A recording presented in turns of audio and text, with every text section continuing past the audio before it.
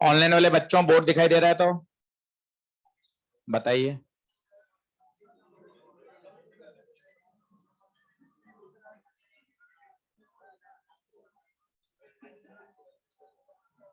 चलिए शुरू करें पढ़ाई। होमवर्क दिया था क्या कुछ?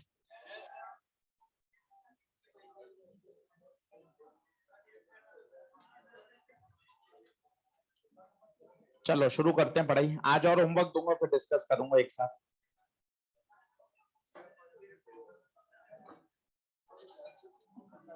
लिखें total internal reflection. Important topic लगाइए। केवल इसी पर 25 क्वेश्चन है जो आज का होमवर्क है। Session number 2। टोटल 12 सेशन खेलने हमें घर पर। पहला सेशन हम दे चुके हैं। आज सेशन नंबर 2 ओपन करेंगे। 12 बार होमवर्क करना है बिल्कुल, और 12 बार में पूरी ऑप्टिक्स तैयार कर लेंगे।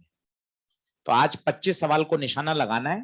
तो आज का 1.5 घंटा बहुत तरीके से पढ़िएगा ताकि हम सारे क्वेश्चन कर लें, और ध्यान से सुन भी लोगे ना सारी बातें तो हो जाएंगी। टोटल इंटरनल रिफ्लेक्शन डायग्राम बनाना चालू करिए। अच्छा टॉपिक है, आसान टॉपिक। बहुत ध्यान से बढ़िया समझ के इसको पढ़ेंगे पूरा। ये पॉन्ड है, पानी है, नीचे डेंसर है, लेट रिफ्रैक्टिव इंडेक्स म्यू, ऊपर रेरर, लेट रिफ्रैक्टिव इंडेक्स 1।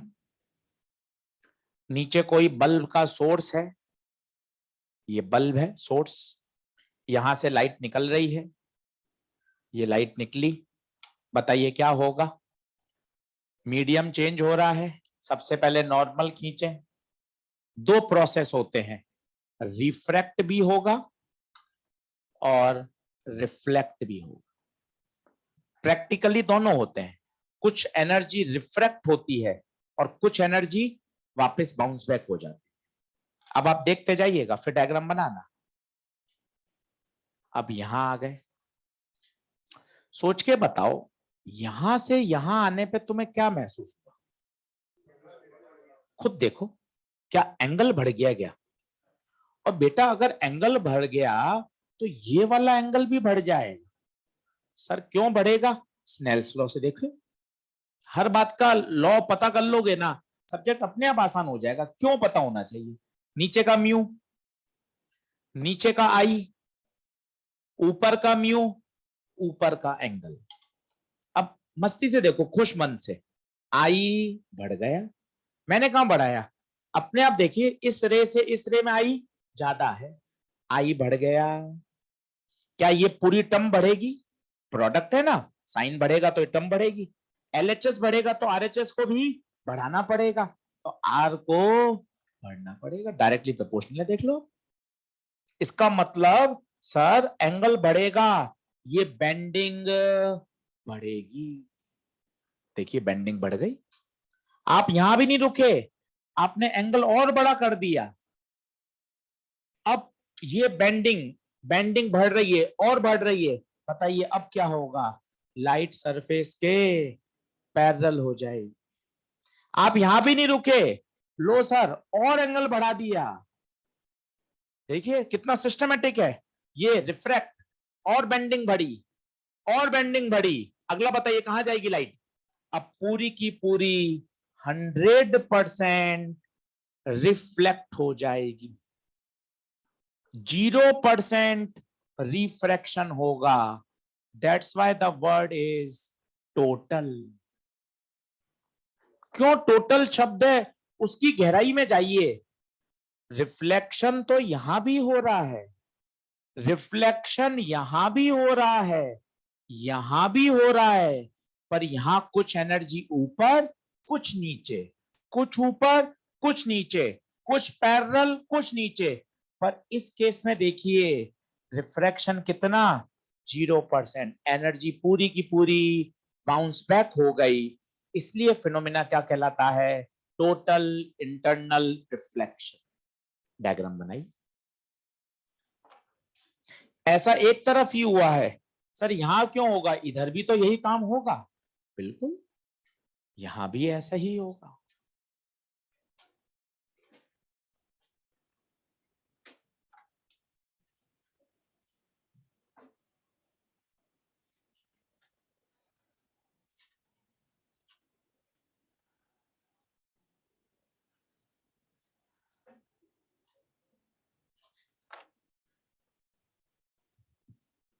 बना लीजिए, आज सिर्फ इसी की बात करनी है, TIR।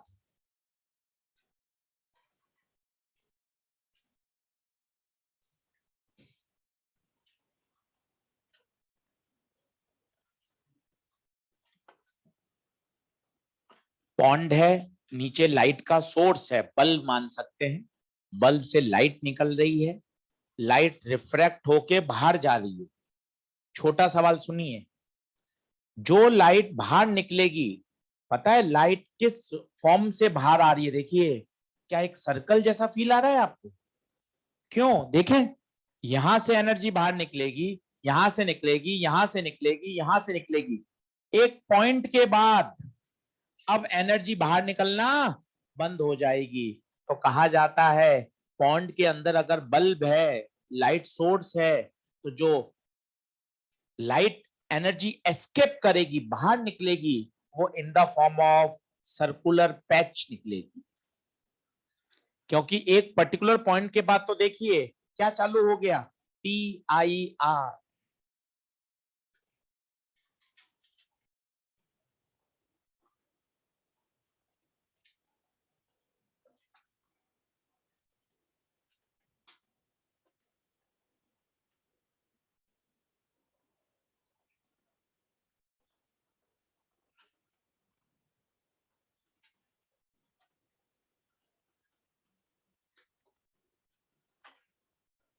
ये वाला एंगल, जब angle of incidence at particular angle, angle of refraction कितना हो गया, 90, इस एंगल को बोलते हैं critical angle. The angle of incidence for which the angle of refraction becomes 90।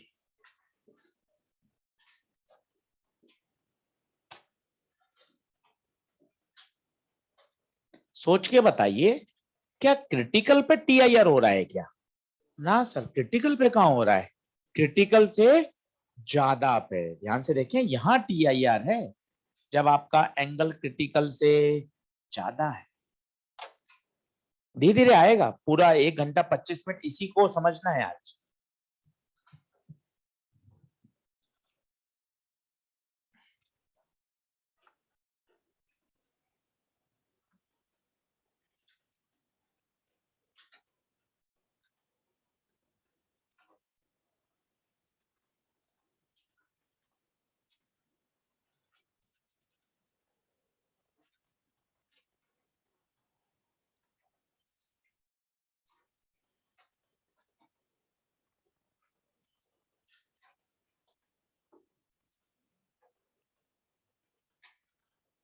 बढ़े,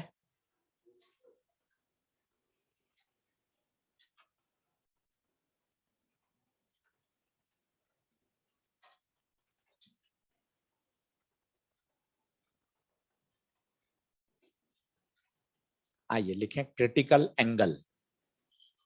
बहुत ज्यादा समय मत लगाइए, डायग्राम में एक आइडिया चाहिए। डायग्राम कौन सा अपन को बनाना है, आइडिया लग गया कि ऐसा नहीं है कि हर लाइट TIR कर रही है, वो समझाना चाहते हैं। यहाँ 12 मिनट क्यों खर्च कर रहे हैं कि हर लाइट TIR नहीं कर रही। जैसे से आप दूर जाओगे वैसे से एंगल अपने आप बढ़ रहा है, आप कहां बढ़ा रहे हो, बल्ब तो यहीं रखा हुआ है। जैसे से आप दूर जा रहे हो एंगल ऑटोमेटिकली बढ़ रहा है, आप कहां बढ़ा रहे हो, बल्ब वहीं है। जैसे से एंगल बढ़ रहा है वैसे से आर बढ़ रहा है, बेंडिंग बढ़ रही है, बेंडिंग बढ़ रही है। एक पर्टिकुलर पॉइंट के बाद तो एनर्जी पूरी की पूरी क्या करेगी, बाउंस बैक। इसलिए कहा जाता है कि जो लाइट पॉन्ड में से बाहर निकल रही है वो किस फॉर्म में बाहर निकलेगी, in the form of circular patch. Sir circular कैसे, सर समझ नहीं आया। बेटा ये तो आपने 2 पॉइंट दिखाए हैं, क्योंकि हमारी कॉपी 2D है। मान लो यहां बल्ब होता, आपको तो ये 2 पॉइंट दिख रहे हैं, जबकि 2 पॉइंट आगे पीछे भी होंगे। 4 इधर भी होंगे, 12 इधर भी होंगे, तो एक पूरा सर्कल बनेगा। ये तो अपना पेपर 2D है, इसलिए आपको 2 पॉइंट दिख रहे हैं। सोचो ये बल्ब होता तो ये पॉइंट और ये पॉइंट ही बना पा रहे हो आप। तो एक इधर भी है, एक इधर भी है, एक इधर भी है, एक इधर भी है, एक इधर भी है। क्या बनेगा पॉइंट के ऊपर ऊपर? सर्कल बनेगा। क्या बात ठीक है क्या? तो ये सेंटेंस 4 बार इसलिए बोल रहा हूं क्योंकि ऑब्जेक्टिव का सवाल है कि लाइट जो पॉइंट से बाहर आएगी वो किस पैटर्न में बाहर आ रही है, कौन से पैच से? Circular patch. क्लियर बात? लिखें। अब आइए क्रिटिकल एंगल की definition. The angle of incidence, the angle of incidence for which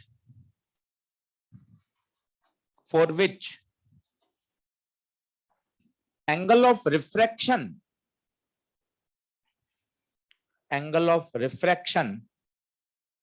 becomes 90 degree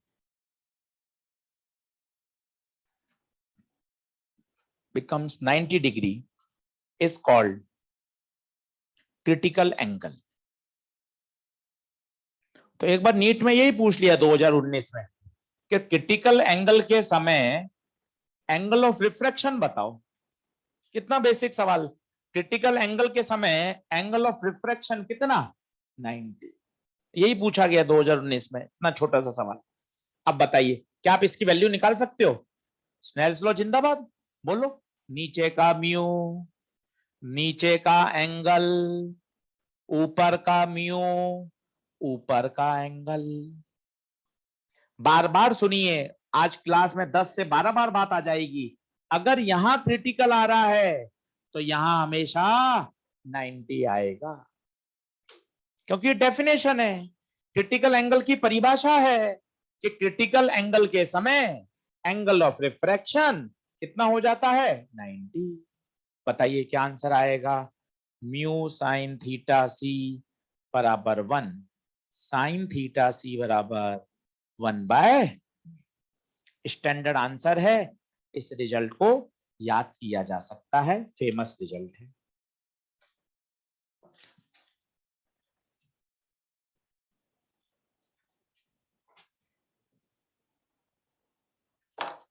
एक 12th बोर्ड का सवाल आपको याद आ रहा हो। टीआईआर की 2 बेसिक शर्त होती हैं। पहली शर्त याद हो आपको तो, the ray must travel from denser to rare. क्यों सर, ये क्यों जरूरी है? आप खुद देखिए, डेंसर से रेयर है तभी तो वो अवे जा रही है। एक बार उल्टा करो ना, पंगे लो ना, पंगे लोगे तभी साइन समझ में आएगी। रेरर डेंसर, रेरर से डेंसर जाओगे तो टूवर्ड्स जाना पड़ेगा। कहीं बेंडिंग तो हो ही नहीं रही। जबकि यहां क्या हो रहा है बताइए? यहां लाइट आई, बेंडिंग हो रही है, फिर बेंडिंग बढ़ रही है, फिर बेंडिंग बढ़ रही है और वापस बाउंस बैक। तो ये कब संभव है? जब आप डेंसर से रेरर जाओगे, तभी तो नॉर्मल से अवे अवे अवे हो रहे हो। जबकि यहां क्या हो रहे हो? टूवर्ड्स। तो यहां कभी भी एनर्जी का बाउंस बैक संभव नहीं है। तो पहली आवश्यक शर्त टीआईआर होने की, the ray must travel from denser to rarer. और दूसरी शर्त बताइए, क्या क्रिटिकल एंगल पे टीआईआर हो रहा है क्या? ना सर, क्रिटिकल पे टीआईआर कहां हो रहा है? क्रिटिकल पे तो लाइट पैरेलल हो रही है। टीआईआर कब होगा? जब आपका एंगल क्रिटिकल से बड़ा होगा। लिख लीजिए 2 आवश्यक शर्त जो याद होनी चाहिए हमेशा। पहला, डेंसर से रेरर जानी चाहिए, और दूसरा, एंगल क्रिटिकल से बड़ा होना चाहिए। बहुत छोटी छोटी बात करिए, पेपर बहुत फंडामेंटल पूछा जाता है। अब आप देखो ना 2019 का सवाल, हम टीआईआर में कराते हैं 20-22 क्वेश्चन, 2 दिन पढ़ाते हैं, 40 क्वेश्चन मॉड्यूल में। पूछा क्या है? क्रिटिकल पर होता क्या है? क्रिटिकल पर एंगल कितना डिग्री होता है? 90। तो पेपर का आइडिया लीजिए। 2020 कोविड, 2021, आपको पता चलेगा बहुत तूफानी चीजें आई नहीं रही है। आप बड़े बड़े सवाल कर रहे हो, एक एक पेज का पूछते ही नहीं है कोई। 2 लाइन 3 लाइन, 2 लाइन 3 लाइन, उस बात का फायदा उठाइए और बहुत छोटी छोटी बातों को सही करिए। जितना फंडामेंटल पढ़ोगे उतने क्वेश्चन। आपको मैंने करंट इलेक्ट्रिसिटी के कराए, सर ने लगातार, हमने हर चैप्टर में पुराने पुराने पेपर के क्वेश्चन आपको सब कराते गए। आपको उससे आइडिया लगता है यार पेपर में तो बहुत आसान आती है चीज, इसलिए थोड़ा सा फंडामेंटल पढ़िए। बताइए टी आयर की 2 शर्तें। पहली शर्त बताइए, the ray must travel from the denser to रेडर। दूसरा, angle of incidence must be greater than critical. Critical का फॉर्मूला बोल लो, 1/μ साइन थीटा सी वाला 1/μ। अब कुछ छोटे छोटे क्वेश्चन करते हैं, लिखें।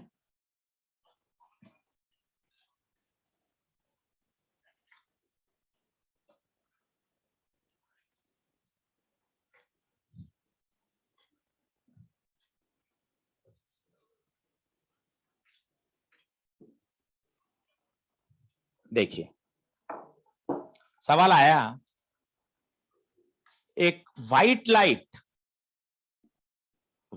लाइट डेंसर से रेरर जा रही है, किस कलर के लिए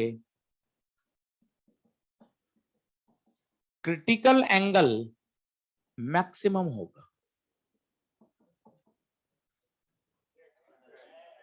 किस कलर के लिए मैक्सिमम होगा? अब देखना, को रिलेट करना, मजा तब आएगा।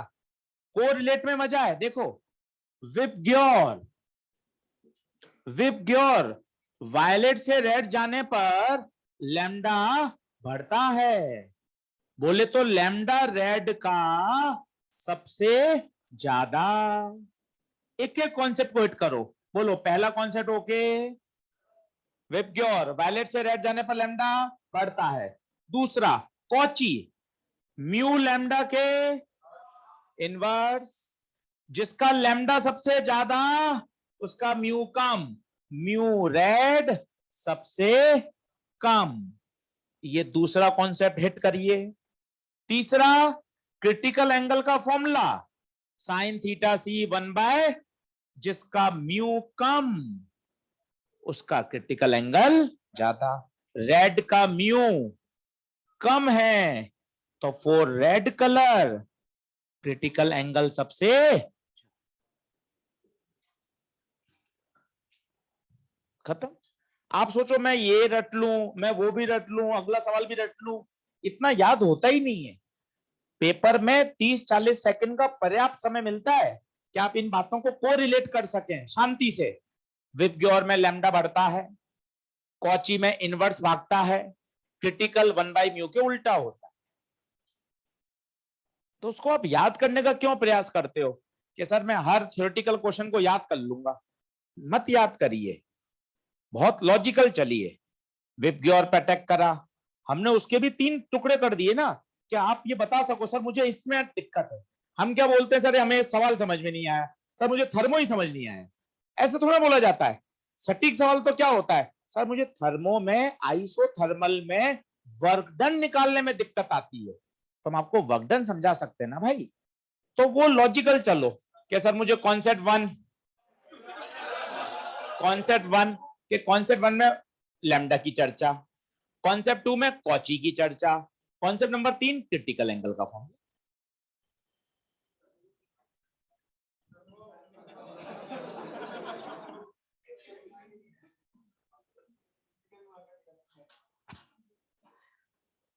सही बात है, बहुत बढ़िया। दूसरा, ये तो होगा एक ही कलर की बात। कभी कभार वो मीडियम की चर्चा कर लेता है कि मैं एक बार ग्लास से एयर जा रहा हूं, एक बार वाटर से एयर, कौन से के लिए क्रिटिकल ज्यादा?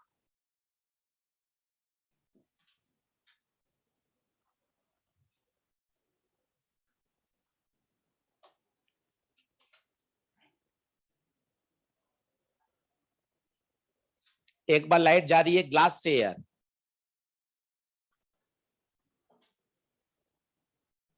कितना लॉजिक है देखो आप सुनो। साइन थीटा का फॉर्मूला 1/μ, ग्लास का म्यू 3/2, वाटर का म्यू 4/3। किसका म्यू ज्यादा? ग्लास का म्यू ज्यादा, तो ग्लास के लिए क्रिटिकल एंगल कम। तो critical angle for glass is less than critical angle for water. इतने छोटे छोटे प्रश्न है कि आपको क्रिटिकल एंगल का फॉर्मूला 1/μ 5 बार और लगाओगे क्रिटिकल का फॉर्मूला याद ही हो जाएगा कि साइन थीटा सी होता है 1/μ। अब दोनों के म्यू कंपेयर करो, ग्लास का म्यू 1.5, वाटर का 1.3, ज्यादा किसका? ग्लास का। जिसका म्यू ज्यादा उसका क्रिटिकल कम।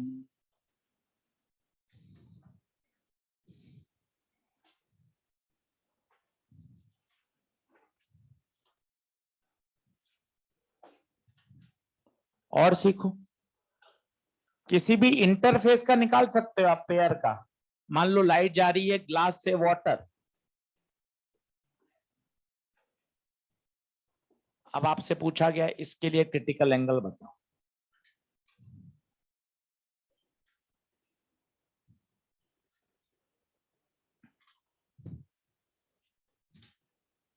अब रटने वाला बच्चा इसमें गोलमोल हो सकता है। एनसीईआरटी जो फॉर्मूला बोलती है साइन थीटा सी बराबर 1/μ, ये अधूरा है, क्योंकि एनसीईआरटी ने केवल एक स्टैंडर्ड केस लिख दिया कॉपी में, दूसरी तरफ एयर होगा तब ये फॉर्मूला है। यहां ये लगेगा ही नहीं, क्योंकि आप डिराइव करके देखो ना, आपने जो फॉर्मूला डिराइव किया था 20 स्नेल्स लॉ लगाकर, उसमें ऊपर कौन था? एयर। तो रटनेबाजी और समझने में यही तो अंतर है। यहां ये लग ही नहीं सकता, यहां ये लग ही नहीं सकता। यही तो समझ के लिए हम क्लास में बैठे हैं कि सर मैं किताब से रटूंगा तो 1/μ रटूंगा। आप मुझे और अच्छी बात सिखा रहे हो, 1/μ केवल तब लागू होता है जब एक तरफ, यहां तो एयर ही नहीं है, ग्लास, और दूसरी तरफ पानी है। पर स्नेल्स लॉ कभी फेल नहीं होगा। स्नेल्स लॉ लगाओ, आंसर आएगा। आओ फिर लगाओ। नीचे का म्यू 3/2, ऊपर का साइन, ऊपर का 4/3, ऊपर का 90, साइन थीटा सी 8/9। लिख के काटो कि 1/μ नहीं लगेगा। कॉन्सेप्ट में तो यही तो मजा है कि आप इतना फंडामेंटल चले जाओ कि सर मुझे ये बात भी बढ़िया समझ में आ रही है कि 1/μ केवल तभी लगता है जब एक तरफ एयर हो। और ऐसे प्रश्न करते हैं तभी तो दिमाग खुलता है। आप सारे एयर एयर के करते रहो, एनसीईआरटी में सारे एयर के हैं, तो आपको कभी इस दिशा में सोचने का मौका ही नहीं मिलेगा, क्योंकि उसने सारे प्रश्न अपने एयर वाले ही कराए हैं। और एआईपीएमटी में आया एक तरफ ग्लास एक तरफ वाटर। दूसरा तरीका एक और है, शायद आप समझ पा रहे हो क्या? सूझबूझ, इस 4/3 से दोनों तरफ डिवाइड कर दो तो ये एक बन जाएगा। वो ट्रिक यहां भी लागू हो रही है। वो तो जो बात आपने समझ ली वो तो फिर कभी फेल होगी। और स्नेल्स लॉ लगा लो, एक बार में आ जाएगा।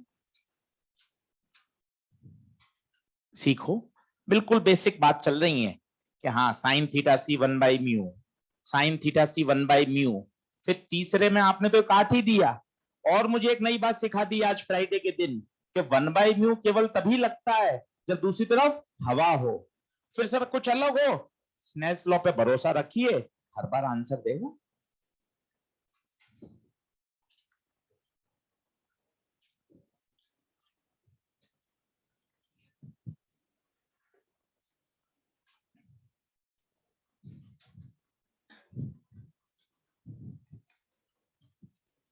और देखें,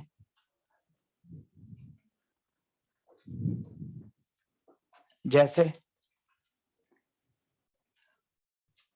चलो उसने तो एक तरफ μ1 दे दिया, μ2 दे दिया, आपसे पूछ लेगा, आप निकाल लोगे। कभी करो म्यू ना देकर वेलोसिटी दे देता है, कभी कभार वो वेवलेंथ दे देता है, और आपसे क्या पूछेगा? क्रिटिकल एंगल बताओ। तो स्नेल्स लॉ तो किसके लिए परिभाषित है? म्यू के लिए। आप तो म्यू से निकालो, बोलो बोलो। म्यू 1 साइन थीटा सी बराबर म्यू 2 साइन 90। तो म्यू 1 साइन थीटा सी बराबर म्यू 2 साइन थीटा सी बराबर म्यू 2 बाय। अब एक बार बोर्ड पे देखते जाना, बोर्ड पे देखते जाना। म्यू 2 बाय म्यू 1, म्यू की जगह लिखो C by V, C by V, C से C cancel, V1 by V2। और देखो V की जगह एफ लैम्डा, फ्रीक्वेंसी तो सेम, तो V का रेशियो लैम्डा का रेशियो।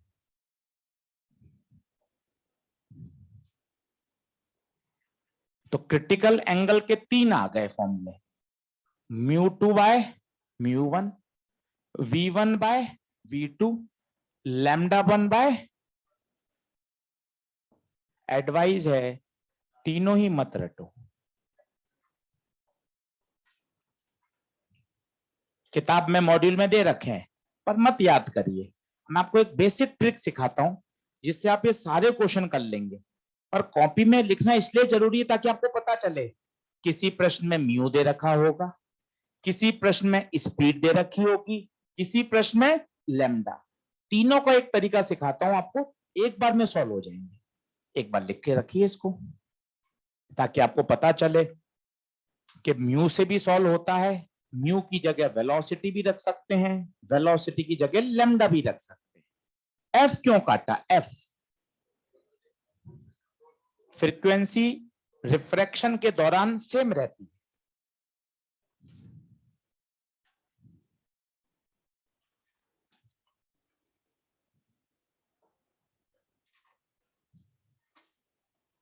अब एक बढ़िया तरीका सिखाता हूं कि इन तीनों फॉर्मूले से आप बच सकते हो केवल एक बेसिक कॉमन सेंस लगा के।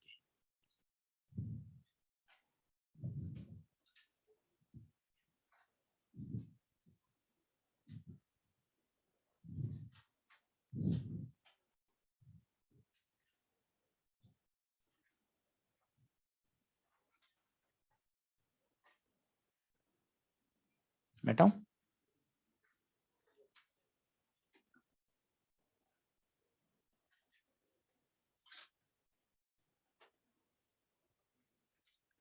मंडे से क्लास बढ़ जाएंगी। 3 दिन है, आज का दिन है शनिवार है, रविवार। ऑप्टिक्स बढ़िया तैयार कर लो, पूरा होमवर्क। आज 25 सवाल हैं, पहले दिन का नहीं कराओ वो भी कर लो। 5 के 5 लेक्चर तैयार कर लो पूरा, क्योंकि फिर इतना पीछे नहीं आ पाएंगे, चैप्टर बड़ा है। इसलिए 6-6 दिन के बाद एक चेक पॉइंट लगाओ, कल 6 लेक्चर हो जाएंगे। तो संडे को बैठकर 6 के 6 पहले कब्जे में ले लो कि हाँ सर इसका तो एक एक पॉइंट क्लियर है। नहीं तो 20, 22, 25 लेक्चर तक नहीं पढ़ोगे तो बहुत सारे इकट्ठा हो जाएगा। इसलिए संडे को बैठकर, शनिवार को बैठकर, कल की क्लास के बाद के यार मेरा पहला टारगेट है मंडे क्लास जाने से पहले ये 6 लेक्चर के सारे कॉन्सेप्ट मुझे एकदम बढ़िया याद होने चाहिए। इस तरह का मन में अपने आप सोचोगे तो आगे बढ़ पाओगे। अब मैं क्या कहना चाहता हूं कि बेटा थ्योरी से ये तो आइडिया लग गया कि म्यू का रेशियो होता है, वेलोसिटी का रेशियो होता है, पर मैं कितना रटूं सर, यहाँ 2-1 है, यहाँ 1-2 है, यहाँ कुछ और है, तो ऐसे तो नहीं रटा जा सकता।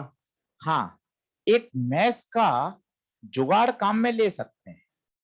कैसे वो मैं आपको बताता हूं। जैसे यहाँ वेलोसिटी दे रखी है, यहाँ वेलोसिटी दे रखी है,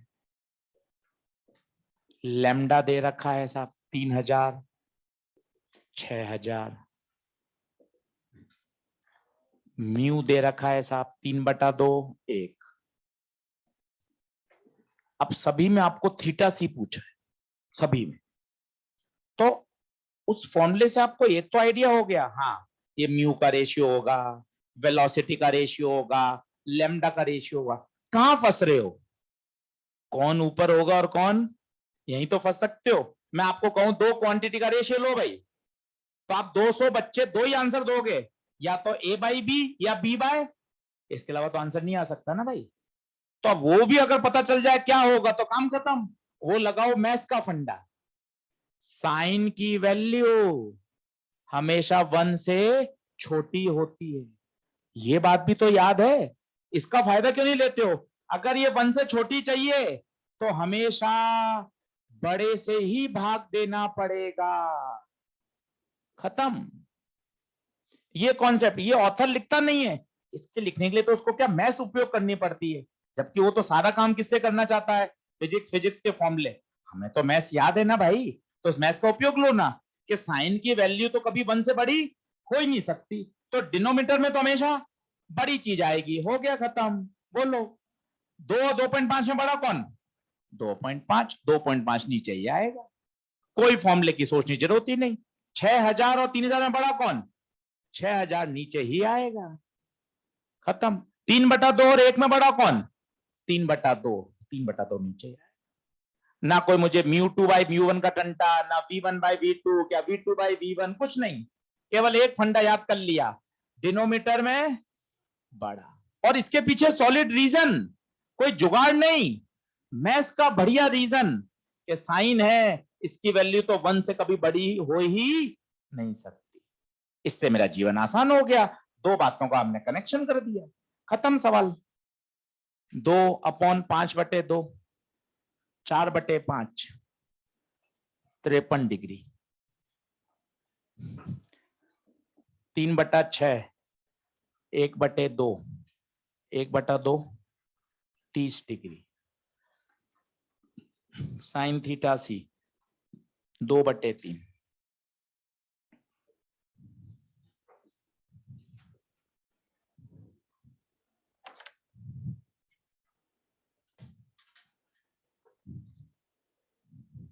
तो ये जुगाड़ अप्रोप्रिएट है और फंडामेंटल है कि सर अब ये बात क्लियर हो गई, चाहे वेलोसिटी हो, चाहे लैम्डा हो, चाहे म्यू हो, मुझे तो हमेशा बड़े से डिवाइड कर देना है।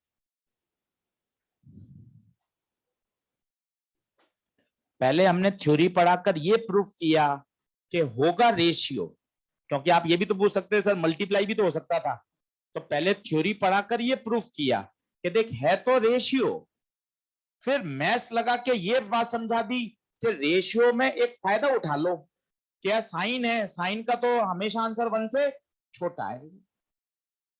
काम हो गया। ऑब्जेक्टिव परीक्षा में तो एक सटीक बात समझ में आ जाए, कंफ्यूजन कम करती है।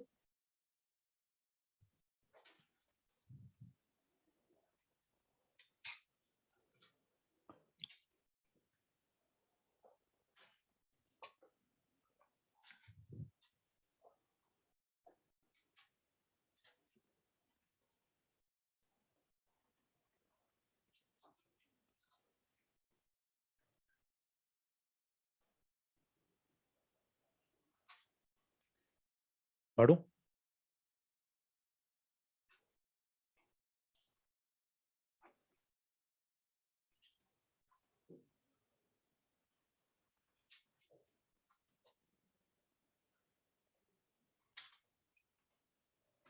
तीसरे वाले में जैसे 4/5 तो स्टैंडर्ड याद है, 1/2 याद है, 2/3 स्टैंडर्ड नहीं होता, पर एनसीईआरटी कहती है इसे याद रखें, क्योंकि इस पे क्वेश्चन अभी करने वाले हैं। 2/3 41 डिग्री होता है, किसके लिए? Glass air. हमेशा क्रिटिकल 41 थोड़ी ना होगा, ग्लास की जगह ऑयल ले लो, ग्लिसरीन ले लो, ऊपर वाटर ले लो, बदलते जाएंगे। तो ग्लास एयर के कॉम्बिनेशन का याद कर सकते हैं, कितना डिग्री? 41, क्योंकि वहां उसने एक एग्जाम्पल लिया हुआ है, उसमें काम आ रहा है, इसलिए याद रखना जरूरी है कि क्रिटिकल एंगल, ग्लास एयर भी जरूरत है। आप सिर्फ 41 ही बोल दो तो काम थोड़ी ना होगा, किसका कॉम्बिनेशन? Glass air. अब कुछ सोचो ना, ग्लास की जगह ग्लिसरीन आ जाए, बदल जाएगा ना मामला, क्योंकि उसका रिफ्रैक्टिव इंडेक्स अलग होता है। एयर की जगह ऑयल आ जाए, फिर मामला बदल जाएगा। तो 41 याद करें तो पूरा याद करें, फॉर ग्लास एयर कॉम्बिनेशन। अब सर ये क्यों याद करवा रहे हो, उसका कोई कारण बता दो, एक क्वेश्चन करते हैं। लिखिए, draw emergent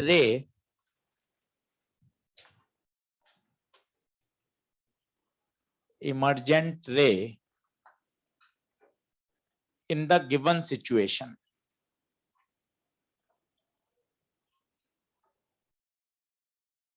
draw emergent ray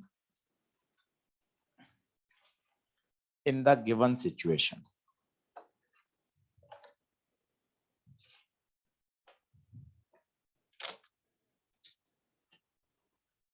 बढ़िया सवाल है, बहुत ध्यान से देखिए। प्रिज्म है, ये लाइट आ रही है, ऑप्शन होते हैं चार, कैसे लाइट निकल रही है, यहां से बाहर निकलेगी, बैंड हो जाएगी, वो हमें बताना है। इमरजेंट रे बनानी है। ये 45 है,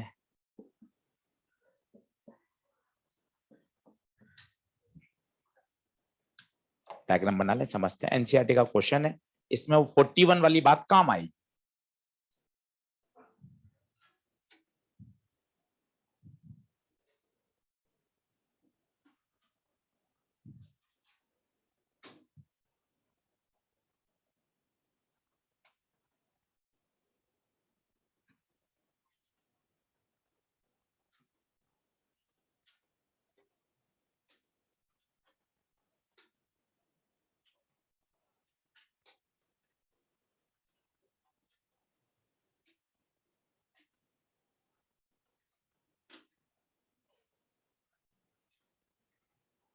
बड़े चलो समझना अच्छे से, एक एक कॉन्सेप्ट को बढ़िया देखना, एक बार समय लगेगा, समझ गए फिर बढ़िया तैयार। जैसे से फिजिक्स चल रही है वैसे से चलो।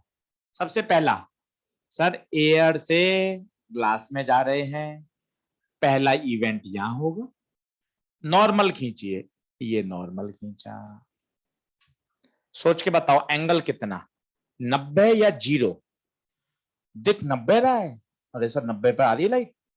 एंगल हमेशा नॉर्मल से नापे जाते हैं, इसका एंगल बोलोगे 0। और सोचो अगर एंगल आई 0 है तो आर भी 0 होता है। क्यों सर? कारण Snell's law, μ1 sine I, μ2 sine R. अगर आई 0 है तो ये पूरा एक्सप्रेशन 0 हो जाएगा, तो आर को भी 0 होना पड़ेगा। तो इस बात को हमेशा के लिए याद रखो, अगर लाइट नॉर्मल के अलोंग आएगी तो बिल्कुल सीधी निकल जाएगी, नॉर्मल के अलोंग आएगी तो सीधी निकल जाएगी। कारण है स्नेल्स लॉ, आई 0 तो आर भी 0। अब बताइए सर यहां भी निकाल दो, सीधी खत्म कर दो, यहां नहीं निकलेगी भाई। सबसे पहले नॉर्मल, बिल्कुल सिस्टम से काम करो, कभी नहीं अटकोगे। नॉर्मल, ये नॉर्मल, ये 45 तो ये 45, पूछो क्यों? Correspond angle. ये 45 तो ये भी 45। इसका क्या कारण? इसका क्या कारण? नॉर्मल सरफेस से, ये सरफेस है, ये नॉर्मल है, कितना एंगल है? 90, उसमें से 45 खर्च, तो 45। अब बताओ एंगल ऑफ इंसिडेंस क्या लोगे, 45 या 45? कौन सा एंगल ऑफ इंसिडेंस है, 45 या 45? ऊपर वाला या नीचे वाला? क्यों? एंगल हमेशा नॉर्मल वाले काम आते हैं। देख नॉर्मल से एंगल 45। अब सुनना, इस सरफेस के लिए for surface A B, for surface A B angle of incidence 45, but as we know critical angle is 41, 45 is greater than 41, angle of incidence critical से ज्यादा है, क्या होगा? TIR, इट मींस लाइट बाहर नहीं जाएगी। ये पैटर्न, इस पैटर्न को समझना है तभी तो मजा है। कौन से सरफेस की बात हो रही है? AB। AB के लिए एंगल ऑफ इंसिडेंस 45, पर हम जानते हैं ग्लास एयर के कॉम्बिनेशन में क्रिटिकल एंगल 41 होता है, 45 41 से बड़ा है, एंगल क्रिटिकल से बड़ा होता है तो क्या होता है? TIR। इसका मतलब लाइट यहां से बाहर नहीं जाएगी, टोटल इंटरनल रिफ्लेक्शन तो कहां जाएगी, अंदर रह जाएगी।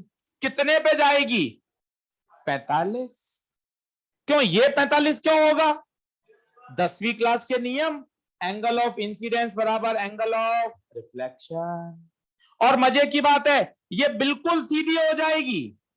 क्यों सर सीधी क्यों हो गई, ये कुल एंगल बता 90 कब होगा, ये हॉरिजेंटल है तो ये बिल्कुल वर्टिकल होगी ना, तभी तो। और वर्टिकल हो गई तो मजे आ गए।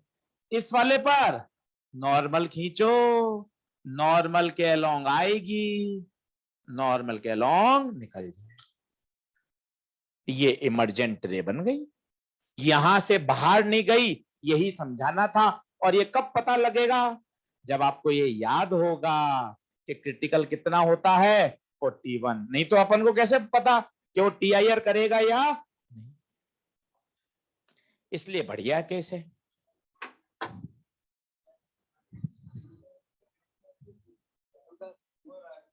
कल पे कह रहे हैं 1.25 घंटे कर दो, वो आगे जो आता लेकिन क्या 1 घंटा 35 मिनट का 1 घंटा 30 मिनट का करने बिल्डिंग इंचार्ज ने मेजर डाला था उसके लिए। अब आपको मैं बात कर लूं जाके, आपने डाला है क्या ग्रुप में, उन्होंने डाला था अपने ग्रुप में नहीं डाला, हाँ हमारे ग्रुप में डाला क्या 1 घंटा 35 मिनट कर दो क्लास अपने बैच में है सब में, सब में पूरे लीडर में हुआ था। अच्छा अपने जो चल रहा है ना मेडिकल का, हाँ तो कल पे सर को बता दो ये सूचना, के लिए बोला है वहां होके आऊं पहले मैं उधर। ठीक है तो फिर 1.5 घंटा कर दो। उन्होंने कहा कि भाई आप तो रहने दो, हम अपने हिसाब से छोड़ देंगे कर देंगे। हाँ ये भी सजेशन अच्छा है, पर फिर वो ऑनलाइन चालू नहीं होगा ना, नहीं वो टाइमिंग तो वेर कम 8:30 का ही, 8:30 से 9:45। हाँ लेकिन वो टाइमिंग को सेट करना पड़ेगा क्योंकि वो तो फिर टाइमिंग से नहीं तो आपको क्लास सेकंड क्लास उसमें लगेगी, फिर जैसा आप या फिर आप नीचे जाके बात कर लेते तो फंसने वाली बात है ना ऑलरेडी। तो सुबह तो फिर हम छोड़ेंगे तो, पर वो तो क्लास उनकी चल रही होगी तो शेड्यूल तो वही चलेगा ना, वो तो मत करो चेंज, फिर हम आपस में कर लेंगे जो करना है ना। हाँ और वो थोड़ी सी बात हुई थी, हाँ 3-4 ले लेंगे, ठीक है 3 दिन के बाद चेंज कर देंगे। 3 दिन बाद तो एक हीट का टीचर ही आ जाएगा कि 3-4 ही चलेगी, फिर आपकी मस्त रहो। हाँ हाँ क्या गोयल सर चलो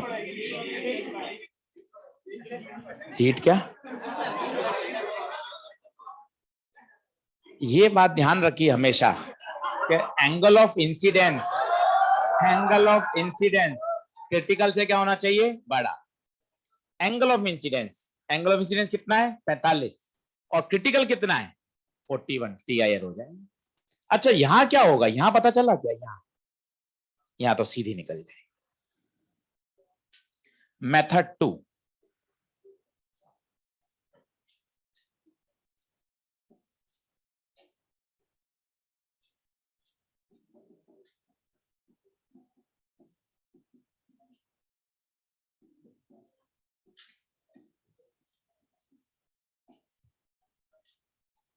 मेथड 2, अगर मुझे क्रिटिकल 41 याद नहीं तो क्या,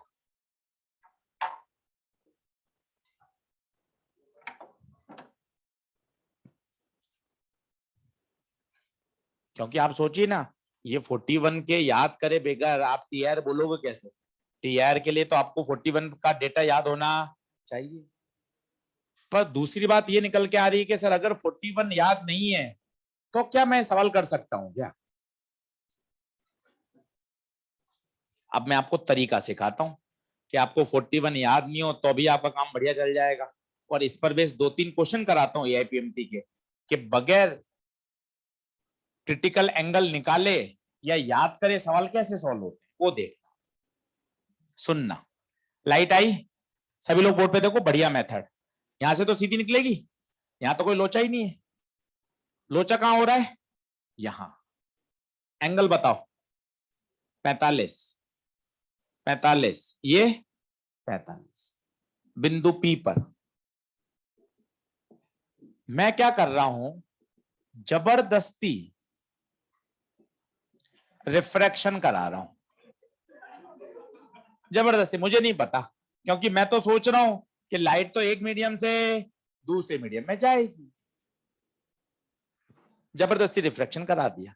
नहीं पता, क्योंकि एक बेसिक फिनोमेना है सर, लाइट आएगी तो एक मीडियम से दूसरी मीडियम में तो जाएगी, होगा जो देखा जाएगा। रिफ्रैक्शन करा दिया, लगा भाई स्नेल्स लॉ, बोल अंदर का म्यू, अंदर का म्यू, अंदर का एंगल, बाहर का म्यू, बाहर का एंगल, 3/2 साइन 45, 1/√2, 3 2 1.414 साइन आर, 3/2.8। देखिए ध्यान से, साइन आर की वैल्यू 1 से ज्यादा आ गई। क्यों? छोटे से भाग दोगे, 3 से छोटी संख्या है ये, छोटे से भाग दोगे तो साइन आर की वैल्यू 1 से ज्यादा आ गई, जो कि संभव नहीं है। तो क्या संभव नहीं है? इसका मतलब रिफ्रैक्शन संभव नहीं है। तो रिफ्रैक्शन संभव नहीं है तो फिर क्या होगा? बट ऑब्वियस है टीआई। तो आप वो 41 वाले डेटा से बच गए। अभी मैं आपको क्वेश्चन करा के दिखाऊंगा कि यार ये तरीका इतना बढ़िया है, आपको कोई क्रिटिकल एंगल निकालने की, रटने की जरूरत ही नहीं है। आप तो क्या कराओ, जबरदस्ती रिफ्रैक्शन करा दो। ऑथर ये लिख नहीं सकता बात, क्योंकि बुक्स में तो क्या होता है, एक डिग्निटी, एक तरीका होता है सिस्टम लिखने का। वो तो हर बार क्रिटिकल निकालेगा, फिर आपको बोलेगा देखो 41 क्रिटिकल से बड़ा है इसलिए टीआर हो रहा है हर बार। क्योंकि ये फिजिक्स नहीं है, ये तो हमने एक मैथ्स का फंडा काम में लिया। मैथ्स का फंडा कि साइन की वैल्यू 1 से ज्यादा आ गई, जो कि किसी भी सूरत में संभव, इसका मतलब टीआईआर और रिफ्रैक्शन होगा ही नहीं। और रिफ्रैक्शन नहीं होगा तो क्या होगा भाई? क्या होगा? टीआईआर। इसका मतलब लाइट बाहर नहीं जाएगी। अब इसको 2-3 क्वेश्चन में लगा के देखो, आपको आनंद आता जाएगा कि सर ये बढ़िया जुगाड़ है कि हम तो हर बार रिफ्रैक्शन कराएंगे और आंसर अपने आप बताएगा कि रिफ्रैक्शन होगा या टीआईआर होगा। अब आप इसको नीट के क्वेश्चन में लगा के दिखाता हूं मैं आपको। आपको क्रिटिकल एंगल निकालना, आपको कैलकुलेशन करना, सबसे बचा लूंगा आपको। 10 सेकंड में क्वेश्चन सॉल्व हो जाए। पर पहले इसका आउटकम समझो कि सर मुझे करना क्या है। मुझे तो हर बार रिफ्रैक्शन करवाना है, रिफ्रैक्शन करवाना है हर बार, और फिर आंसर पे सोचना है कि साइन की वैल्यू 1 से बड़ी आ गई और 1 से बड़ी संभव नहीं, हो गया। और इसको आप अभी अलग अलग सवालों में जब टेस्ट करोगे, आपको आनंद आ जाएगा, सर ये शानदार तरीका है।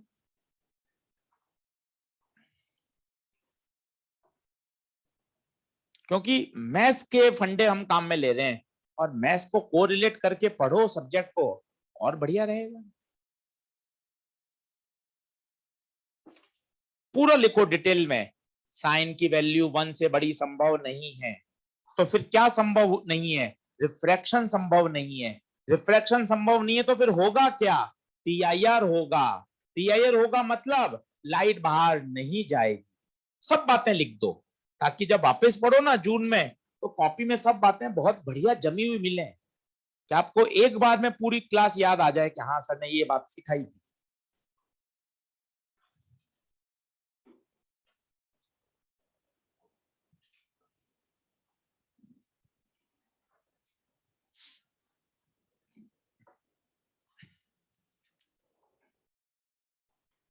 चाहिए बढ़े आगे। तो ये मेथड 2, पहला मेथड बुक वाला सॉल्यूशन था। ये अपना तरीका है कि हम हमेशा रिफ्रैक्शन कराएंगे और फिर डिसीजन लेंगे कि रिफ्रैक्शन होगा भी या नहीं। अब इसको एक क्वेश्चन में लगा के देखते हैं सर, तो थोड़ा मुझे कॉन्फिडेंस भी आएगा सर, मैं समझ पाऊंगा बातों।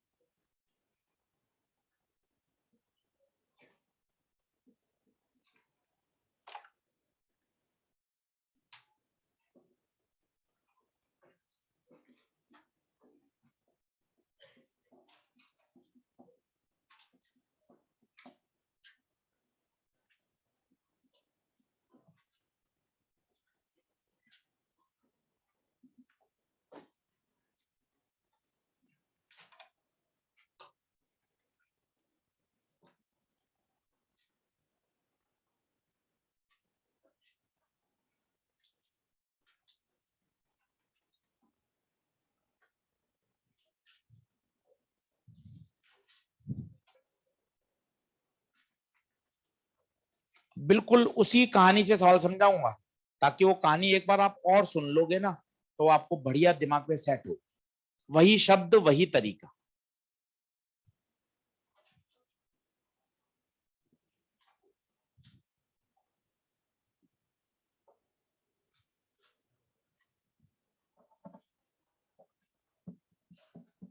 अब प्रश्न हल तो दूर कर रहे हैं, पहले जनरल गप्पे लगाते हैं, क्या मन में डाउट है वो सुनिए। यार ये रेड का म्यू कैसे हो गया? सर म्यू तो मटेरियल के होते हैं, ग्लास का, पानी का, प्लास्टिक का, ऑयल का, ग्लिसरीन का। ये रंगों के म्यू कब से होने लग गए? ये गलत है, गलत लिखा हुआ है, पर चल रहा है। होना तो क्या चाहिए? Mu prism for red colour. हमने कौची पे मेहनत करी थी 20 मिनट के मटेरियल, एक ही मटेरियल अलग अलग रंगों को अलग अलग म्यू देता है। क्योंकि हम ऐसा पढ़ते, हम 12वीं में पढ़ते थे तो हमें भी दिक्कत थी, म्यू रेड, रेड का म्यू कैसे हो गया भाई? म्यू तो सर मीडियम के होते हैं, प्लास्टिक का, ग्लिसरीन का, ऑयल का, पानी का, कांच का। तो आपको बात पूरी मन समझ में आनी चाहिए, एक ही मीडियम, एक ही कांच अलग अलग कलर को अलग अलग म्यू देता है। तो सर इस हिसाब से तो कांच के साथ म्यू होने चाहिए। आंसर है यस, कांच के साथ ही म्यू होते हैं, पर जो 3/2 आपने देखा है जीवन में वो उनका एवरेज है। इतनी बातें पता होंगी ना तो सब्जेक्ट पढ़ने में आनंद आता है कि अच्छा ये वास्तव में है तो प्रिज्म का म्यू, पर अच्छा शब्द क्या है? प्रिज्म का mu for blue colour, prism का म्यू फॉर रेड कलर। सवाल से इसका कोई लेना देना नहीं था, पर समझा दी ताकि ओवरऑल फंडामेंटल आपको मजा आए पढ़ने। अब सवाल समझ में आ गया क्या हुआ? कलर आए, आपसे कह रहा है कौन सा कलर बाहर निकलेगा, ठीक है डिस्कस कर लेते हैं, उसमें मत करिएगा, नया डायग्राम बनाते हैं। चलो ब्लू कलर की चर्चा करते हैं। आओ बोर्ड पे देखो, क्या यहां, क्या ये सीधा निकलेगा?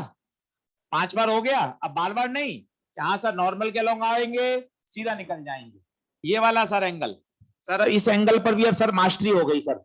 ये 45 खटाखट, ये 45, ये 45। ब्लू कलर की बात हो रही है, बाहर 1 है, और मैंने आशीष सर आपकी स्टाइल में जबरदस्ती ब्लू कलर को बाहर भेज दिया, जबरदस्ती ब्लू कलर को बाहर भेज दिया। आओ लगाओ, स्नेल्स लॉ लगाओ, बोलो अंदर का म्यू, अंदर का साइन, बाहर का म्यू, बाहर का साइन।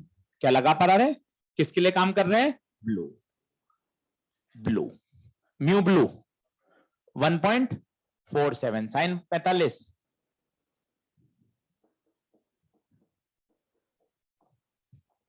बताएं,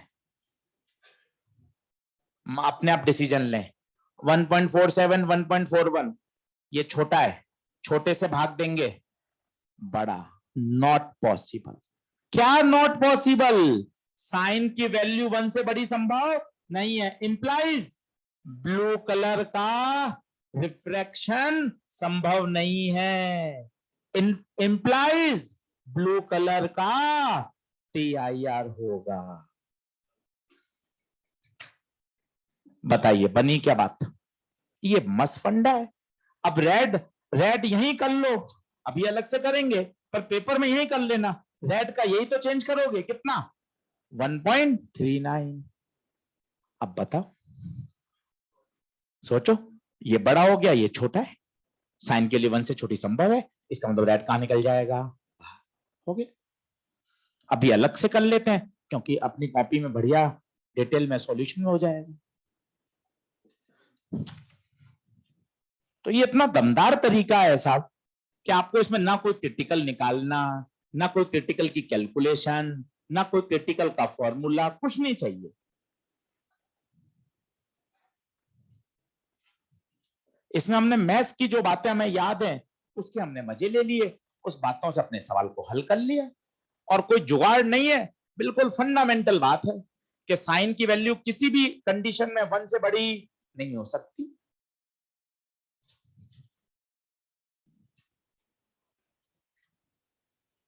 ऐसा ही एक बार रेड के लिए कर लीजिए अलग से, ताकि पूरा डिटेल में हो जाए। पेपर में 2 बार क्यों करेंगे, वहीं काट के सही कर लेंगे, पता चल जाएगा। और एक बार इसको आपने घर पे और पढ़ लिया, 25 सवाल लगा लिए, तो ये बात और बढ़िया हो जाएगी भाई।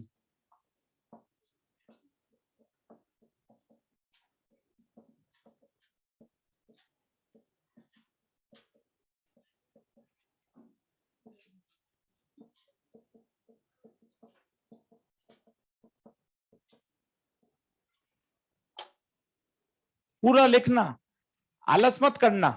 रेट की वैल्यू लेस देन 1 पॉसिबल है, रेड का रिफ्रैक्शन पॉसिबल है, रेड कलर बाहर निकलेगा, पूरा लिखना। पूरे लिखने में अलग कॉन्फिडेंस है कि हाँ सर सब बातें समझ में आ रही, पूरा लिखना।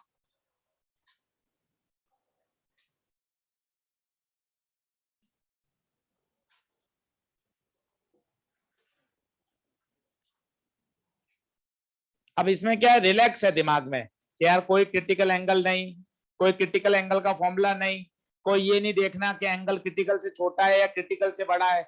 आप इन सब बातों से बच गए। आपने तो सिर्फ क्या कर दिया, स्नेल्स लॉ, और बाकी छोड़ दी बात कि सर देख लेंगे जो होगा, साइन की वैल्यू 1 से बड़ी आएगी या छोटी आएगी।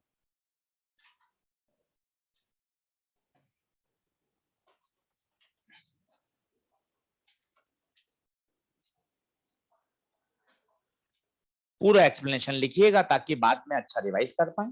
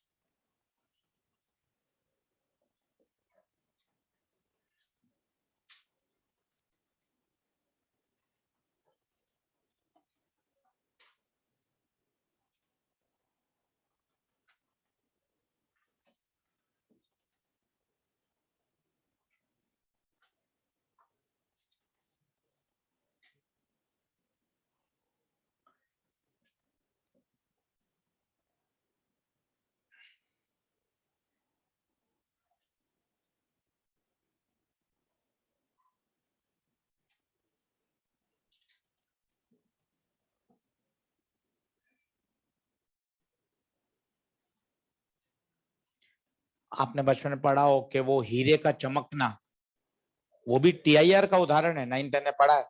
क्या होता है ऐसा बताइए, समझिए। जैसे हीरे को आप देख रहे हो लाइट में, सनलाइट में, ट्यूबलाइट में, पार्टी में, घर पर लाइट की रोशनी में, तो लाइट उसमें एंटर कर गई क्योंकि लाइट है तो हीरे के अंदर एंटर कर रही है।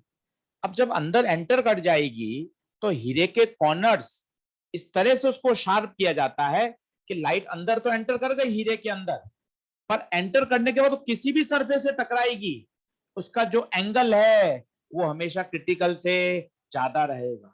और सोचिए अगर क्रिटिकल से ज्यादा रहेगा तो क्या होगा, यहां से टकराएगी यहां आएगी, यहां से टकराएगी यहां आएगी, यहां से टकराएगी यहां आएगी, अंदर ही अंदर क्या हो जाएगी, ट्रैप। इसे बोलते हैं फंसना।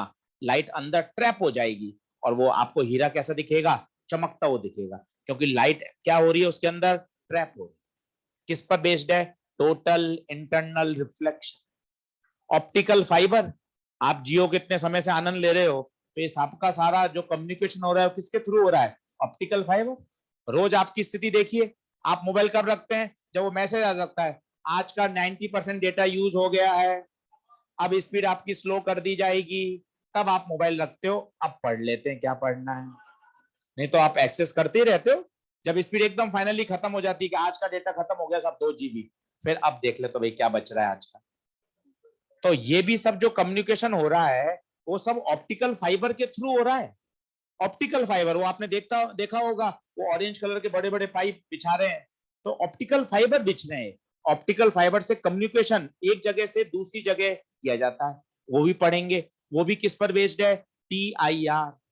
11th-12th में हमने वो सुना था, गर्मियों के दिनों में मिराज बनता है, रेगिस्तान में मिराज, तो मिराज भी किस पर बेस्ड है, TIR। तो ये TIR के एग्जाम्पल हैं, बिलियंस ऑफ डायमंड, हीरे का चमकना, ऑप्टिकल फाइबर, आपका mirage. Apparent depth, real depth भी TIR है क्या, नहीं सर, एपरेंट डेप्थ का तो कारण है ऑप्टिकल इल्यूजन, रिफ्रैक्शन। चिड़िया को मछली की इमेज दिखना रिफ्रैक्शन है, उस लैब के अंदर एयर बबल की इमेज दिखना रिफ्रैक्शन है। तो रीजनिंग अलग अलग है। उन सब की रीजन क्या थी? रिफ्रैक्शन। इनकी रीजनिंग क्या है? TIR। तो ये ध्यान रखिएगा।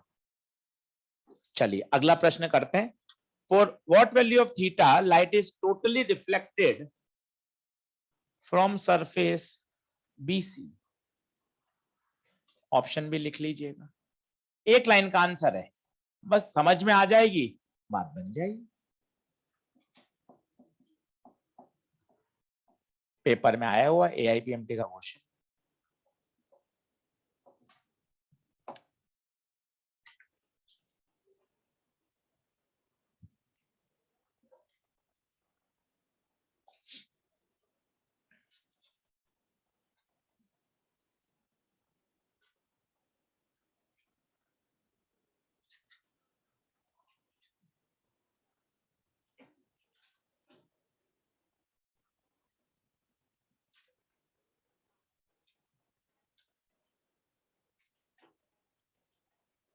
सिंगल लाइन सॉल्यूशन है। अब आप देखते रहोगे तो नहीं बढ़ पाओगे, और डरते रहोगे तो भी नहीं होगा।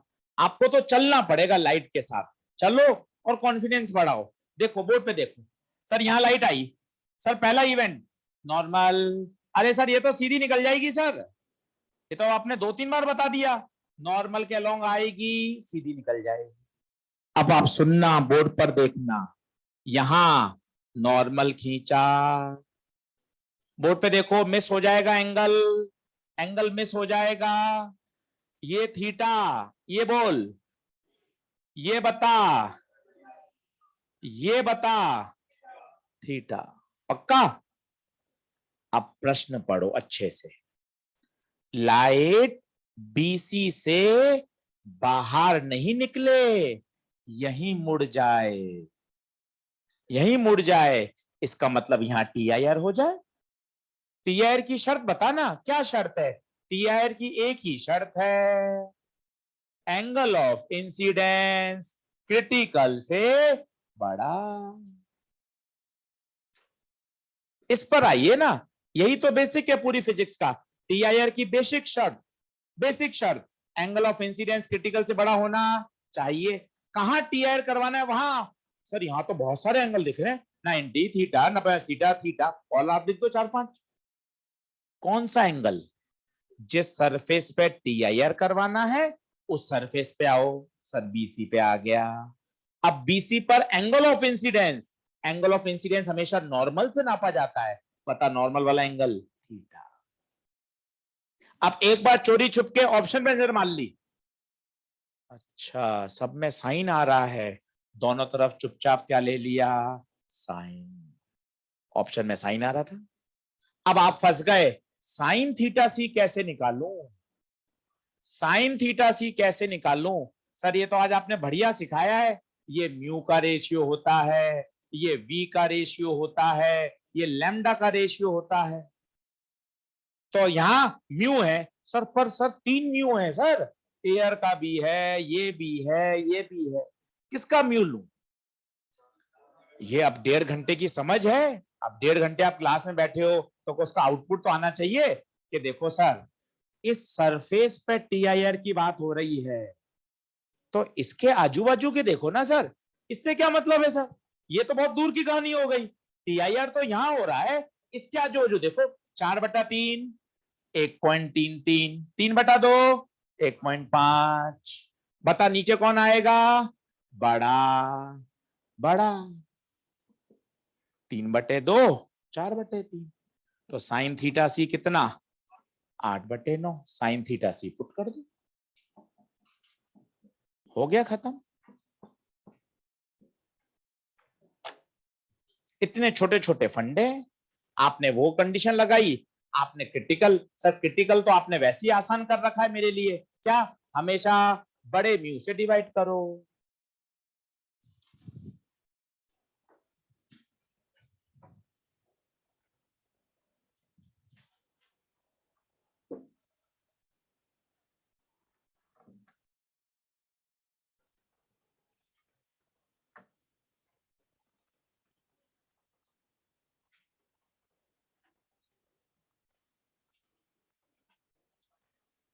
बोलो बनी बात। ये तो क्या क्वेश्चंस हैं, जब आप ऐसे 4-5 कल और देखोगे, अभी 15-20 मिनट में और सिचुएशन समझोगे, अपने आप मजबूत होता जाएगा। आप तो इन दो पे हाँ भरो, पहला दूसरा। ये तो मैथ्स है, ये तो हर सवाल में बदलेगी। मैं तो इसको अटैक कर सकता हूं। अगर टीआईआर करवाना है, क्लास खत्म होने के बाद जब हम घर जा रहे हो, तो टीआईआर की एक ही शर्त है कि एंगल ऑफ इंसिडेंस क्रिटिकल से बड़ा होना चाहिए, बस। यहाँ एंगल ऑफ इंसिडेंस कितना है, थीटा।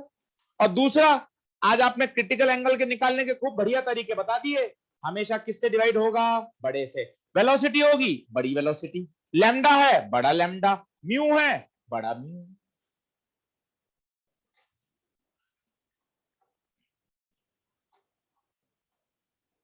बोलिए बनी क्या बात।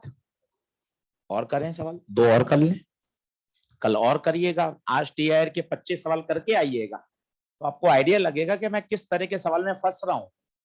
तो कल अपन और उस पर प्रैक्टिस करेंगे।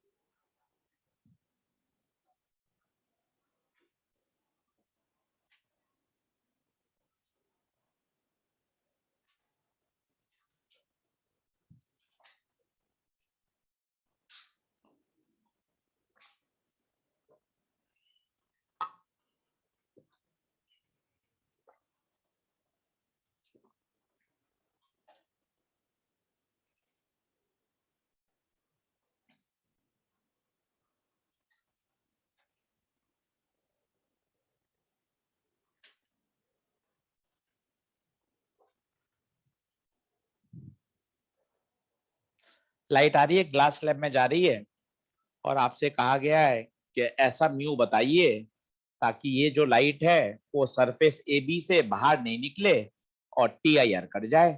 डायग्राम से आपको दिख रहा है, सरफेस ए बी से वो बाहर नहीं निकल रही, टीआईआर कर रही।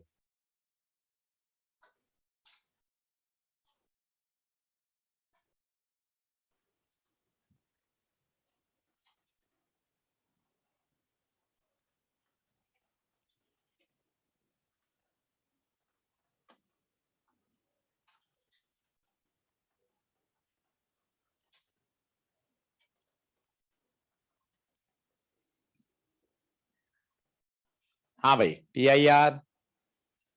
अब बेसिक बातें समझिए, 3 कॉन्सेप्ट में मैथ्स बदल सकती है। मैथ्स इसकी अलग होगी, घर के 20 सवाल की अलग होगी, पेपर की मैथ्स कुछ अलग होगी। कॉन्सेप्ट पे बात करिए और वो बताइए कि सर मेरा ये कॉन्सेप्ट फंस रहा है। आओ देखो,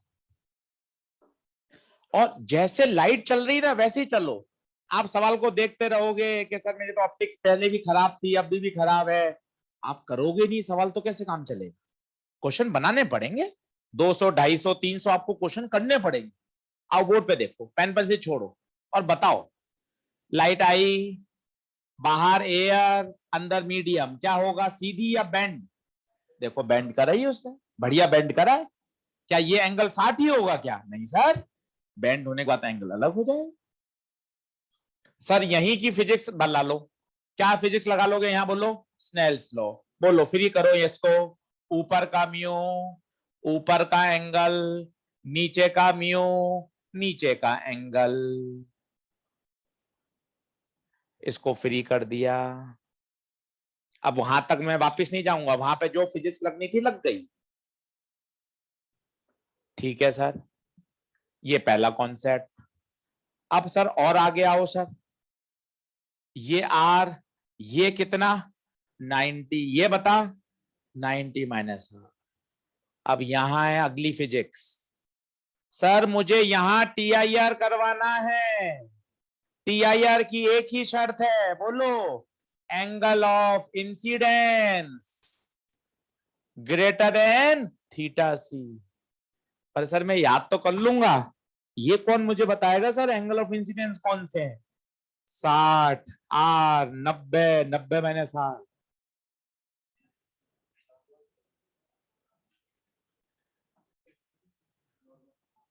कौन सा लूं सर इसमें से एंगल? तो अच्छी फिजिक्स पढ़ोगे कभी दिक्कत नहीं आएगी। सही शब्द सुनो, जिस सरफेस पे TIR करवाना है पहले वहां आओ। कहां करवाना है बताओ? AB पर। ठीक है, AB पे लाओ एंगल ऑफ इंसिडेंस। नॉर्मल के साथ एंगल होता है एंगल ऑफ इंसिडेंस। बताओ, इस रे का TIR करवाना है, इस रे का angle 90 minus R। 90 minus R बड़ा है थीटा सी से। तीसरा कॉन्सेप्ट, साइन थीटा सी का क्या जुगाड़ है? सर ये तो 7 बार बता दिया सर, अपनी फंसना सर। 2 म्यू है सर, एक म्यू है बाहर हवा है, एक म्यू है एक बाहर हवा है। हमेशा बड़ी वैल्यू से डिवाइड। बताओ बड़ा कौन? म्यू। आप इन पे लड़ाई करो, कॉन्सेप्ट कॉन्सेप्ट कॉन्सेप्ट। कि सर ये बात मेरे क्लियर नहीं, ऐसे नहीं बोला जा सकता सर ये क्वेश्चन वापस समझा दो। अरे क्वेश्चन कैसे समझा दो वापस? जान लगा दी समझाने में भाई, कि 3 कॉन्सेप्ट है तो कॉन्सेप्ट बोलना कि सर मेरा कॉन्सेप्ट 2 हिल रहा है, सर मेरा कॉन्सेप्ट 1 नहीं है समझ में आ रहा। ऐसी फंडामेंटल बात करना सीखो। इलेक्ट्रो में सवाल कर रहे हो, सर मुझे ना अर्थिंग में जब करता हूं तो पोटेंशियल 0 हो जाता है, उसमें कंडक्टर का पोटेंशियल नहीं लिख पाता। तब तो बताने का भी मन करता है, सर इलेक्ट्रो बता दो। यार इलेक्ट्रो कैसे बता दो यार, 32 लेक्चर में पढ़ाई ही कैसे बता दो इलेक्ट्रो? थोड़ा सा पढ़ते समय इतना जबरदस्त पढ़ो कि देखो सर आप क्वेश्चन को भी 3 पार्ट में करके दिखा रहे हो। देख, पहली फिजिक्स स्नेल्स लॉ लगाई, दूसरी फिजिक्स TIR की शर्त लगाई, तीसरी फिजिक्स एंगल, क्रिटिकल एंगल का तरीका, और उसका भी तरीका बड़ी वैल्यू से क्या होगा, ये पोस्टमार्टम है कि देख सवाल ऐसे ऐसे ऐसे दिखता है, इस तरह से किया जाता है, ये सोच होती है सवाल। अब तो मैथ से वो खेलते रहो। अब साइन चाहिए, साइन, तो दोनों तरफ क्या ले लो, sine. Sine 90 minus R cos R। अब कॉस R को ब्रेक करना पड़ेगा, क्यों? क्योंकि मुझे तो यहां किसकी वैल्यू पता है, साइन की। अब 10वीं कक्षा से सिखाया था, कॉस R को क्या लिख सकते हैं, under root of 1 minus sine square R। याद करो, एक वो सबसे फेमस आइडेंटिटी थी, sine square theta plus cos square theta 1। तो cos square R 1 minus sine square R, तो cos R under root of 1 minus. अब ये सब मैथ्स के स्टेप हैं, ये तो ऑन डिमांड चलते हैं। अच्छा साइन थीटा सी, साइन थीटा सी की वैल्यू तो है, कॉस आर की वैल्यू नहीं है क्योंकि हमारे पास तो साइन आर की है, तो कॉस आर को बदल दी। अब साइन थीटा सी पुट करो, साइन आर पुट करो। अब एक बार और करना कोशिश, ये मैंने कराया 60 का, मॉड्यूल में दे रखा है 45 डिग्री का। जब आप उसको खुद करोगे तो आपको पूरा प्रोसेस याद हो जाएगा, करने पर याद होगा। आप इसको देखते रहोगे तो याद नहीं होगा। वैल्यू पुट करो, दोनों तरफ स्क्वायर करो, ट्रांसफर करो, म्यू आएगा। बड़ा प्रश्न है, एम्स में आया हुआ है, नीट में नहीं आया है क्योंकि 1 मिनट के अंदर नहीं होता। कल ऑप्टिकल फाइबर पढ़ाऊंगा तो ऑप्टिकल फाइबर का जो आंसर आएगा ना, उससे जल्दी सॉल्व हो जाएगा।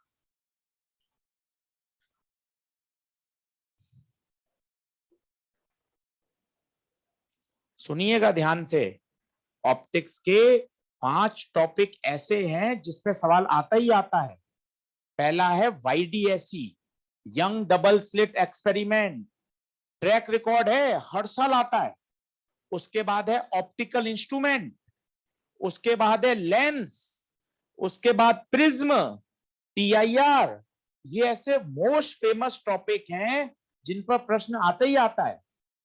तो जब इन टॉपिक पे पढ़ रहे हो, जैसे टीआईआर पढ़ रहे हो, तो टीआईआर पे सब कुछ करो, मॉड्यूल, एनसीईआरटी, रेस, क्लास नोट्स, प्रिज्म आएगा, लेंस आएगा, वाईडीएसई आएगा, इसकी एक भी प्रोफाइल मत छोड़ो। बताइए कितना आंसर? √7/2। रूट पूरे पर आ रहा है क्या? मैं कर देता हूं सॉल्व।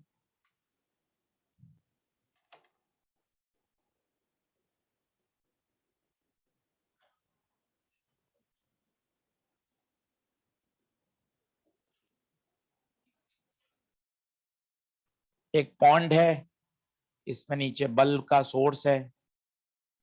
आज हमने आपको बताया था लाइट सर्कल में ही बाहर आती है, उसके बाद तो लाइट का क्या हो जाता है?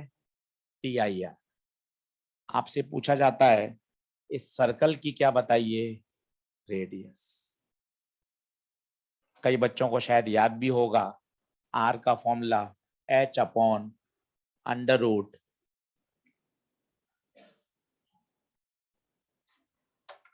डिराइव करके दिखाता हूं। हाँ, इसका आंसर आया किसी का? बताओ तो।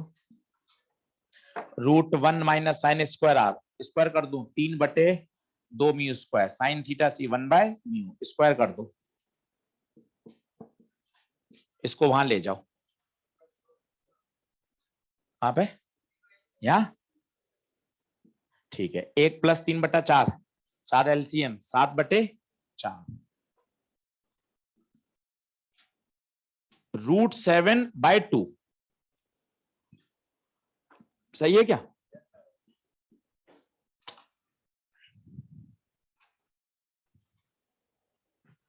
लास्ट क्वेश्चन आज का।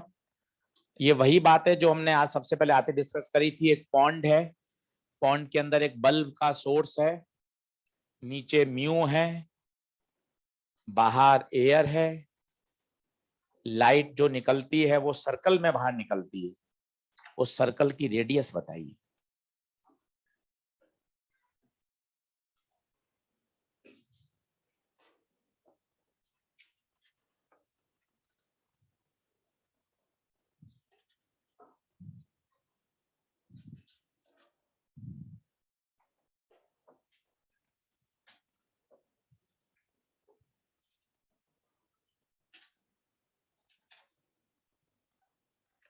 होमवर्क करके लाना भाई, कल ही करके आना, कल ही डिस्कस करेंगे।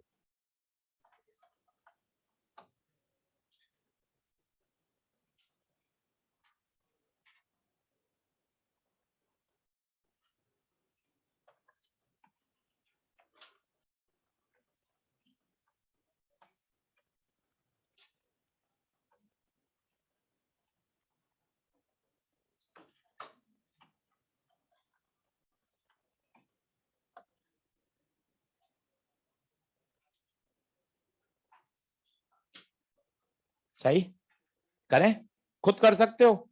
क्या करो, ये ट्रायंगल दिख रहा है छोटा सा, सोचो ये थीटा सी है, तो क्या ये थीटा सी होगा? इस ट्रायंगल को बाहर निकाल लो, इस ट्रायंगल को बाहर निकाल लो।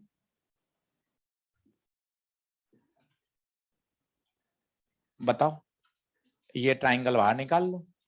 ये आर है, ये एच है, ये 90 है, ये थीटा सी है, ये पाइथागोरस लगा दो, R² + H²।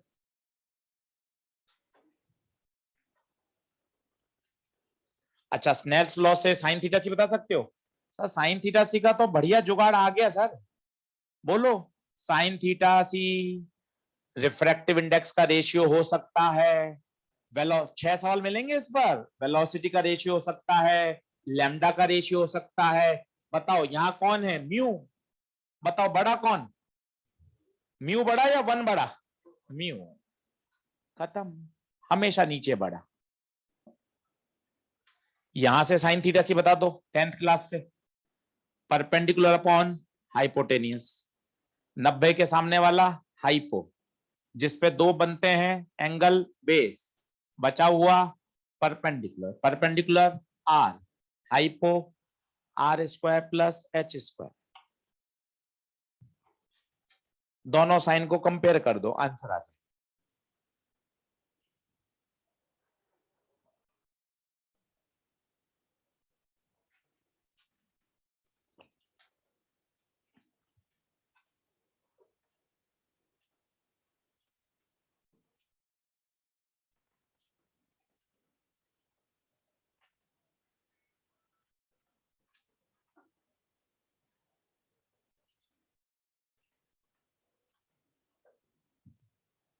दोनों साइन को कंपेयर कर दो, स्क्वायर करो, इधर उधर ट्रांसफर करो, आर निकालो।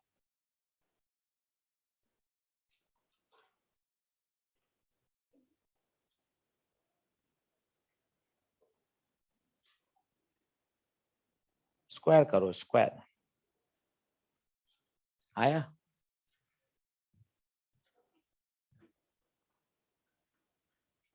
कंपेयर करो और स्क्वायरिंग कर दो, तो ये 1/μ और ये है R upon R square plus H square. Square कर दो, 1/μ square R square plus H square, R square plus H square, mu square R square, transfer R square minus mu square R square H square. चाहिए क्या अपन को? R, तो R square mu square minus 1।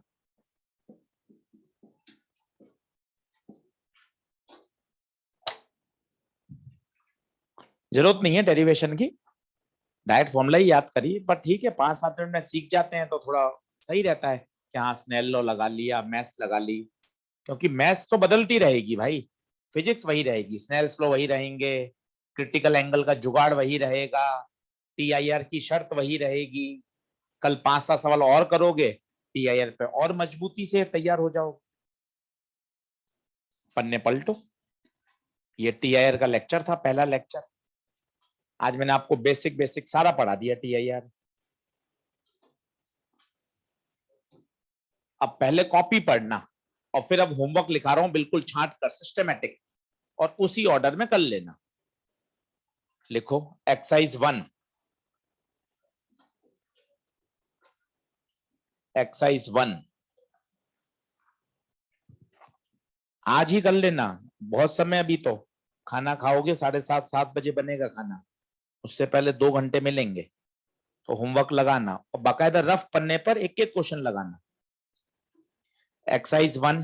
अच्छा कई बार इसमें यह भी पूछा गया जेई मेन में कि इसके ऊपर एक डिस्क रख दें ताकि ये जो लाइट बाहर निकल रही है ना, ये भी आना बंद हो जाए, तो क्या उसका एरिया बता सकते हो?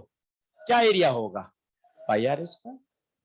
जैसे अपन कुकर के ऊपर ढक्कन नहीं लगा देते, ढक्कन लगा दिया, ढक्कन लगाने से मान लो जो जो स्टीम बाहर निकल रही है वो स्टीम निकलना बंद हो जाएगी, तो ढक्कन का एरिया कितना होगा? जितने से ये वाला हिस्सा है कितना होगा बताइए? πr square.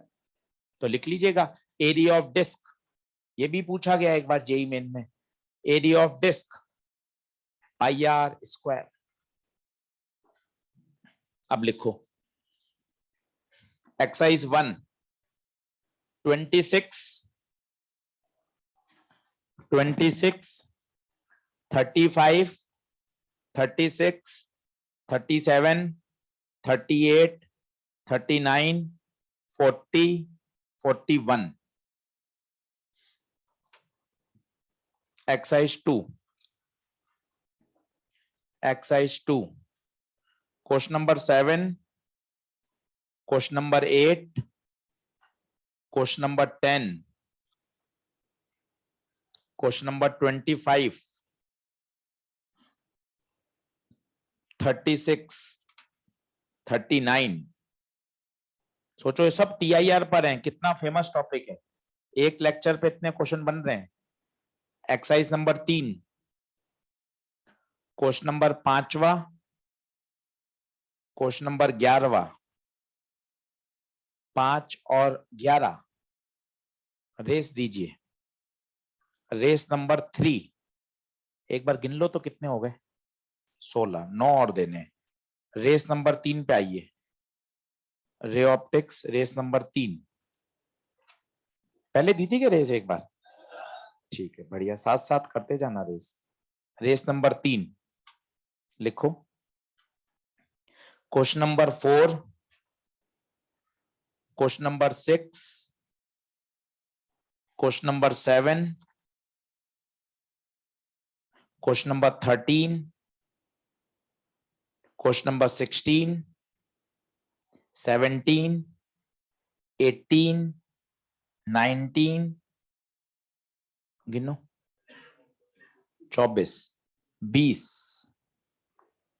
ठीक है, ये सब TIR पर है। कोशिश तो मेरी ये, मैंने 25 के 25 सवाल कवर कर लिए हैं क्लास में, आपको सारे मिल जाएंगे करे हुए, पर एक बार कर लीजिएगा जरूर, सारे कर लोगे तो मजा आ जाएगा। Thank you. कल बढ़ेंगे, TIR के क्वेश्चन करेंगे, कल मॉड्यूल लेकर आना, डिस्कस करेंगे। ऑनलाइन वाले बच्चों कल डिस्कस करेंगे मॉड्यूल और रेस। आज सेकंड होमवर्क दिया है सेशन नंबर 2, ऐसे कुल 12 दिन होमवर्क मिलेगा। Thank you.